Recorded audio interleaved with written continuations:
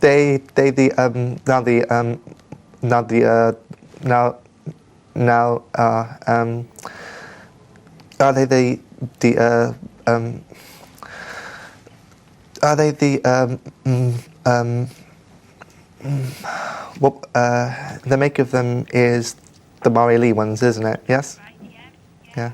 Julian's stammer would obviously affect his job quite significantly if he can't sort of answer a simple question that a customer might ask when they come in, which I know has been the case in the past. It can obviously be very frustrating for him to the point where, it might be awkward for all parties. Yeah, okay. Is that why you don't answer the phone? Because of that, yes. Laurie.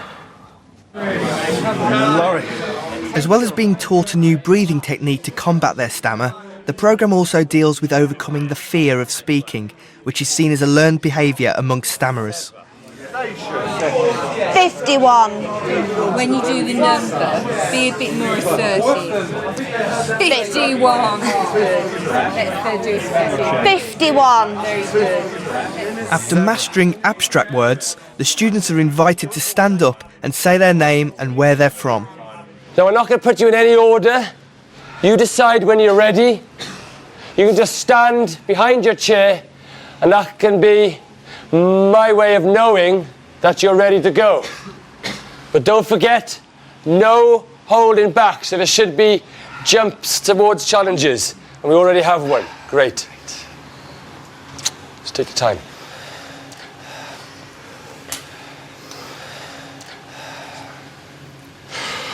Julian Burgess.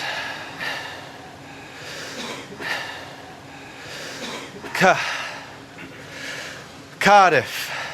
Fantastic.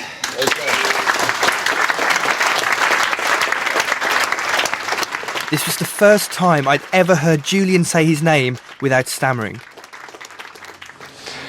Now, Danielle, I really need you to project your voice, okay? Duh.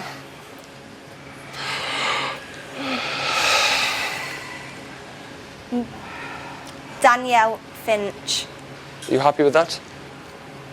Yeah. Yeah, well, let's say it again, but let's get the pause right first, and then the new breath, and then say it at the top of your breath, okay? Then I'm happy, Danielle, that we're using proper technique, yeah? Right. Okay. Danielle Finch. Fantastic, good. Carry on. I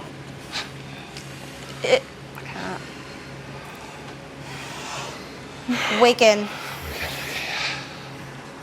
And we're going to finish with your name again and hit it big. 3, 4, 5. Danielle Finch. Okay, well done, Danielle Finch. Stand up for your clap. Terrible. Oh my God. That was well bad. It's okay, I'm alright. I'm fine, honestly. You sure? Yeah, promise.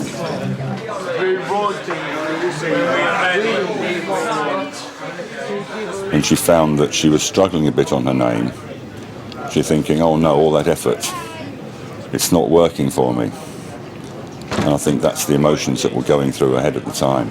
The thought that you could be within touching distance of recovery, it gets you there.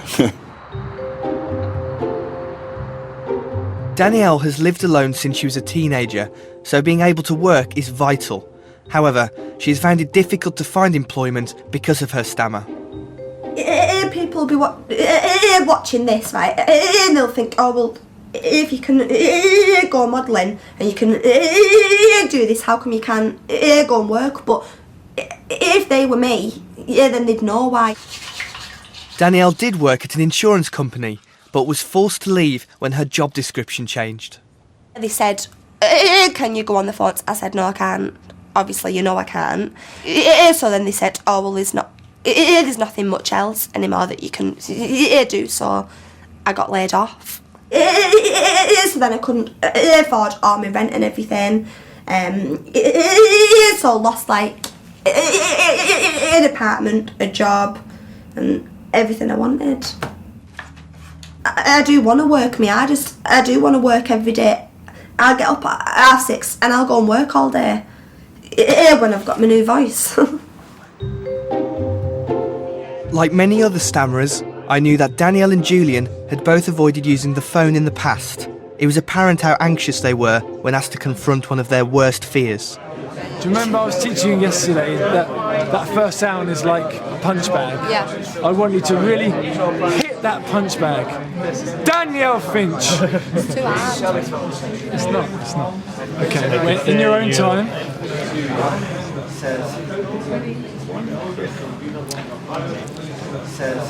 Danielle Finch. I'm calling from the telephone session in Cardiff.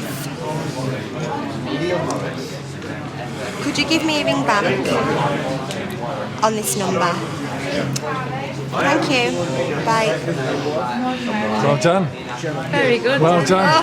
Voicemail? That was fine. I hate voicemail and all. Well done.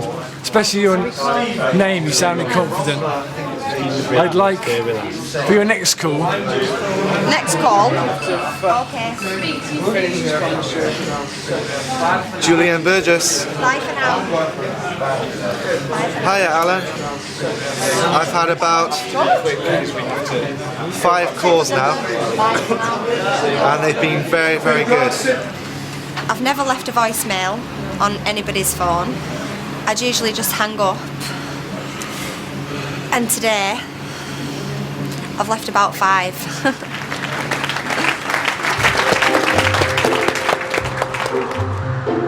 Julian and Danielle had improved within the confines of the hotel. However, tomorrow would bring the toughest challenge yet. They'd be going into the city centre with an assignment to make contact with 100 different people. If that wasn't enough, they then get on a soapbox right in the centre of Cardiff. Each new student will get up and give a public speech in front of maybe 100, 150 people. You're not letting fear stopping them from doing things anymore. Excuse me. Oh, you didn't hear me. Nope. Not a problem? I think he's slightly deaf. Look, excuse me. Have you... Did she stop? Nope. Look at you? Nope. This animal. Completely ignored me. I'm going to ask someone.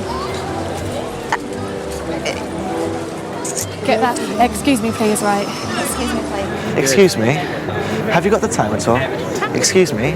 Have you got the time? Excuse me, please. Do you know where Fountains is? Excuse me, please. See? Yeah, I'm not doing it. It's okay. Don't worry. No, I'm not doing it. I don't want to do it. Don't worry. See what I mean? I don't want to do it. I was concerned that the final challenge of the course was only moments away. If Danielle didn't pick herself up again, I feared that all her hard work may have been in vain. Excuse me?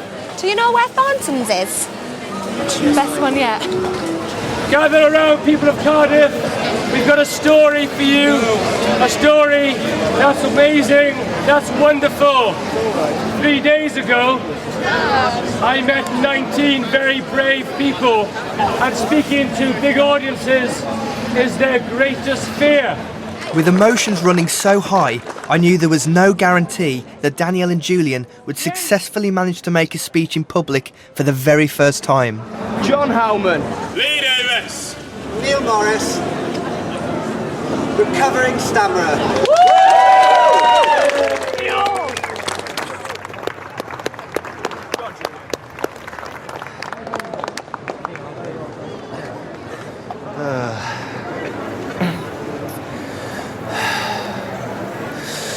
Julian Burgess. 3 days ago, I could barely say my name. Now, you can't shut me up. I just want to thank Kevin Phelps for all he's done, and to thank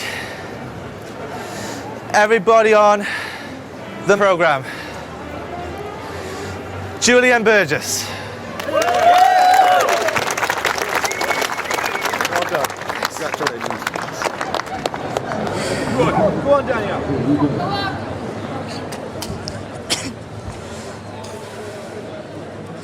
Danielle Finch. Recovering stammerer. I would just like to thank everybody from the Maguire programme for everything. I now feel confident to stand up here in front of everybody and say my name, Danielle Finch. I got off there and I was just shaking. My hands were going, my knees were shaking. I was like, oh, and I felt brilliant. I was actually trying not to cry. Seriously, I mean, the emotion is just so overwhelming. I could see that everybody was smiling at me, and well, I didn't hold back one bit, so I'm extremely happy. It's been a roller coaster. I've been crying, smiling, laughing, everything. Lots of emotions. It's really hard. Now, I'm in control, and it feels good.